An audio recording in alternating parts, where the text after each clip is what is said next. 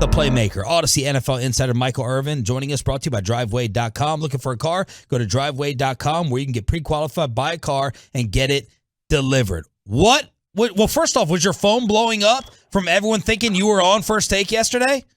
Was going crazy. Yeah. Was going crazy. And everybody was like, man, wait a minute. And you know how people get, what is this mess? Where is, Why weren't you on?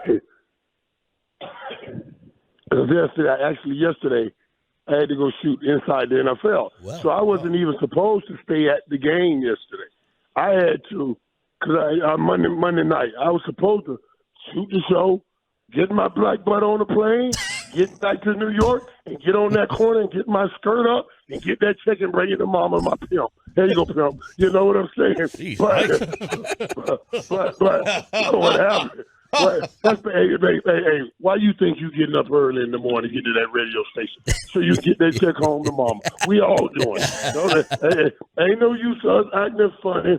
All us out here that thought we were the pimp, no, we on the other end with the skirt. Stop playing. That's what we are. That's what we are. Every man out here, because you notice when you're married and they say I do, they name go on your checkbook.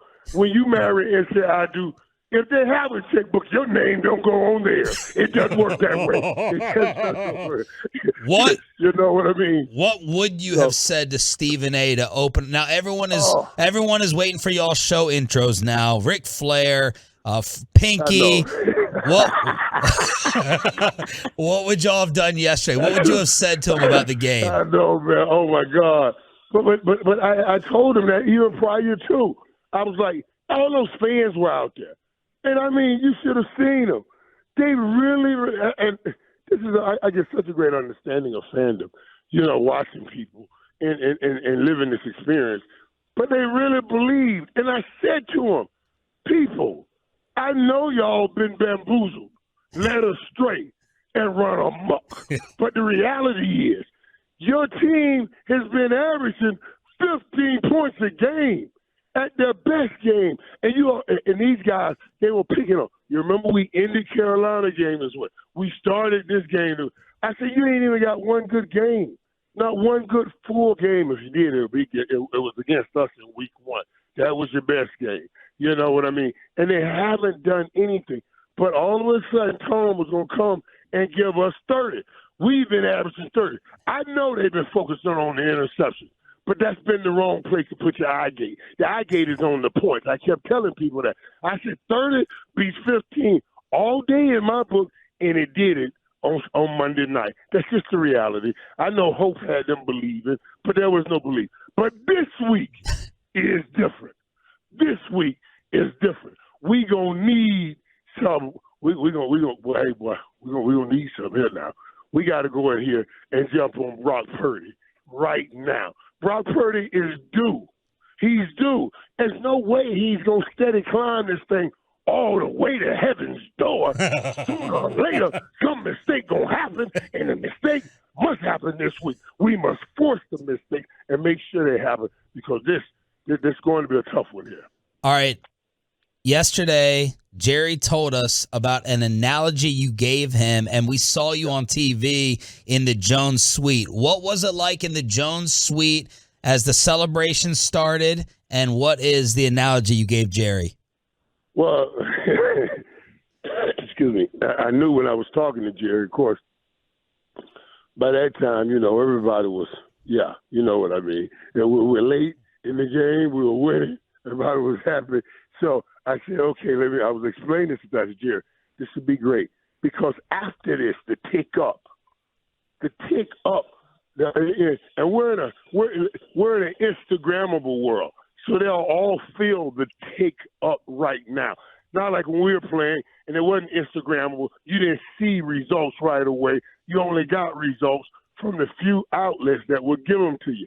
Now we get results right away because people Instagram about it. You can see things about it. So I said, Jerry, they'll still tick up from beating the GOAT and the Tampa Bay Buccaneers. I say I liken it for Jerry to how they train hunting dogs. How they train hunting dogs to hunt. What they do after they make the first kill, they smear the blood of the dog. They smear the dog's nostril in the blood. In the blood. And it makes the dog thirsty to hunt more. Every time now, they call this first blood. After they get a taste of that first blood, they want it so badly. That's how they hunt it real well. This is what we have just gotten through. We are getting through now first blood. When you knock off a goat like that, even though you had that kind of season in Tampa, had the season they had, everybody still thought the GOAT was going to rise up and knock you off, and you didn't let it happen. That's a tick up. Everybody will see it. I was staying at the same hotel as the team. Now there were people around, but dog, listen, it wasn't nothing like it was when we were winning Super Bowls. And I said to myself, if they just win one or two of these, the crowd will swell like it was when we were walking into those hotels. And then maybe that'll help them all get an understanding of what they represent every time they step on their yard. You represent this, man. Look at what's out here. We used to tell them, listen, we're going to stay over here and they still find out what hotel we are in because they wanted to get that close to a champion. I want them to know when the fans want to get that close to a champion, you can't hide. You can't run. Ain't nothing you going to do. They going to find you because you're a champion. I want them to feel this. I want them to know this. I want them to be thirsty for this. That's why I called it first blood.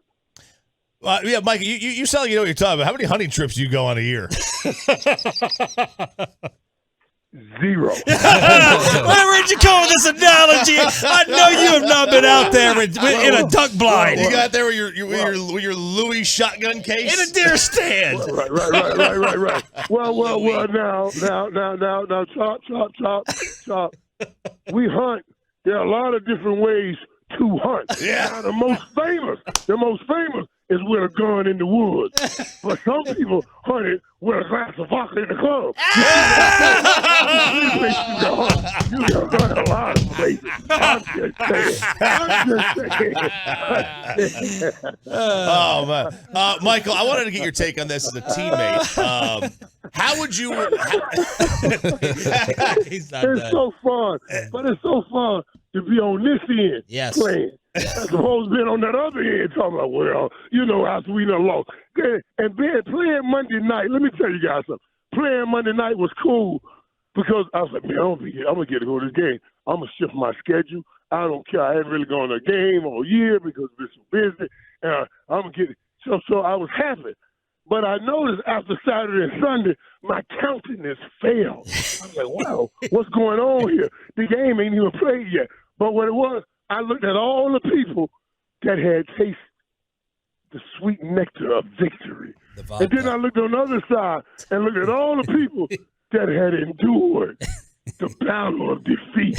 And I said, oh, God, we the only group now don't know what side we're going to be on after today. Yeah. And I was like, I was unnerved by that. I was like, man, I wanted to already have this thing won. But that's okay. I'll get to go, and I'll get to put something in this. It was an incredible game, man, to be that Monday. Those shows were insane. Those people lined up. Dude, I thought we had more people around than Tampa had around. And that's what I'm talking about, that swell. Once you get an understanding of what the star means to everybody else, maybe it'll give you some greater things to go on the football field and play better with. Michael, last year you warned us about San Francisco, said you don't want any part of these guys. These guys are tough. Do you still feel the same way, or do you think last year, the Cowboys maybe were unprepared for how tough they were, and now they know that what to expect? What we saw and what we heard, what we said, are you guys crazy? What are you guys doing? We'll hopefully get the residual of all of that now. When Jerry and them was saying, when I told you I talked to Steven about stop drafting the most talented, draft the connected, draft the hardest workers, draft the guys that know how to bring guys together. And when they got to Tyler Smith and those guys, and they talks about the Michael Parsons, that's a different perspective. We want tough guys. Everybody said, man, what are y'all talking about? This is what they were talking about. Yes, I was more worried, but this team knows now what it takes because of what San Fran did to them. It wasn't that San Francisco blew them out because and we'd have got that ball play, could kick that ball, we'd have ended up winning that game. But like Michael Parsons told me on my podcast, man, I was sore for 2 weeks after that game. So you got to be ready for the kind of battle you're going to have in San Francisco, and you're going to be sore going into the next game, even if you win this one. Michael, they've been really aware in the locker room about how the season ended last year. Like J-Ron Curse, a couple other guys have mentioned San Francisco by name throughout the season when they talk about struggles. You know, they'll reference back and say, well, you know, the end of last year when the 49ers did to us what they did. Is that more of a positive or a negative in terms of they're aware of it, they remember it, they're motivated by it, or does it potentially create some sort of a boogeyman factor that they're almost haunted by what San Francisco did to them? No, you have to hold on to this. You have to know it. You have to remember it. I want you to let it sit in your gut and feel the pain. You remember a couple of years ago when I think it was Philly rested their starters and the Giants got mad. Oh, Philly, what are you doing? What are you doing? Why you do that? Yeah. We had a chance to get in the playoffs. I went off on all those Giant players. How dare you? How dare you try to tell them to stop your pain? You stop your own damn pain by winning the darn games and getting in the playoffs. Right now, since you didn't get in the playoffs, you should feel that pain. Sleep on it, eat on it, boo-boo on it, do what you got to do on it, whatever you got to do, but think on it all season. And so when you go into next year, you'll remember this pain. And that's why it is good for Dallas to remember. When you go into this game, I want them bringing up what happened last year right here. Because the only way you say, man, I don't care what nobody said, I ain't going through that I went through last year after losing that game with San Fran. I got to make sure that doesn't happen. I guarantee you, it'll make you play harder during the game. You don't want to see that pain again. And if you lived in the pain, you'll play hard to make sure you don't see it again. Should Philadelphia be worried about the Giants? Now, that's a question that I would have to really sit and think, do I answer this with my heart or my head? You know, because my heart wants to say, oh, yeah, boy, you ain't worry about it. You saw what Daniel Jones did. He played a great game. Boy, we got a shot. We got a shot to go take our business in 92, like in San Francisco, like we did in 92. And then if the Giants, Daniel Jones play like that, we can have that game here. NFC Championship game. Oh, my heart says all of that. My heart says all that. But my head says, no. Stop playing, Michael. Stop playing, Michael.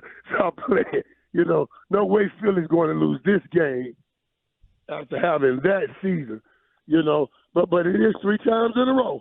So let's see. And let's hope that maybe New York can try and do what Arizona did to us one time over here and knock Philly off. Well, look, hopefully you still have a voice by the games this weekend. Go rest that thing, and we will replay this as a pep talk for the Cowboys before they head into California.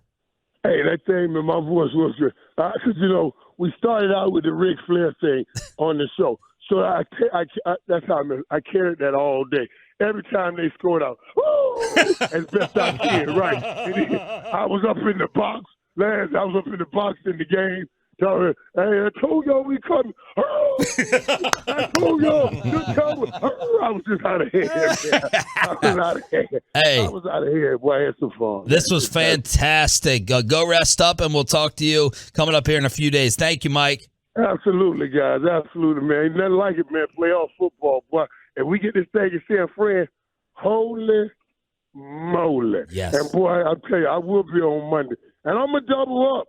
I'm going to make them pay for the Tuesday that I wasn't on, and I'm going to double it all down if it comes down to San Francisco. We just need to get this game. If we can get this game, we can win this game. And look, Stephen A. told us if the Cowboys make it to the Super Bowl, we're getting a segment on First Take. Yeah, buddy. Oh, okay. All right. Yeah. See, all of this we got to make him pay. Yeah. We got to, because he throws these things out as key. I'm confident it ain't gonna happen. I'm just confident it ain't gonna happen. But he's getting nervous now. He's getting nervous after what he saw.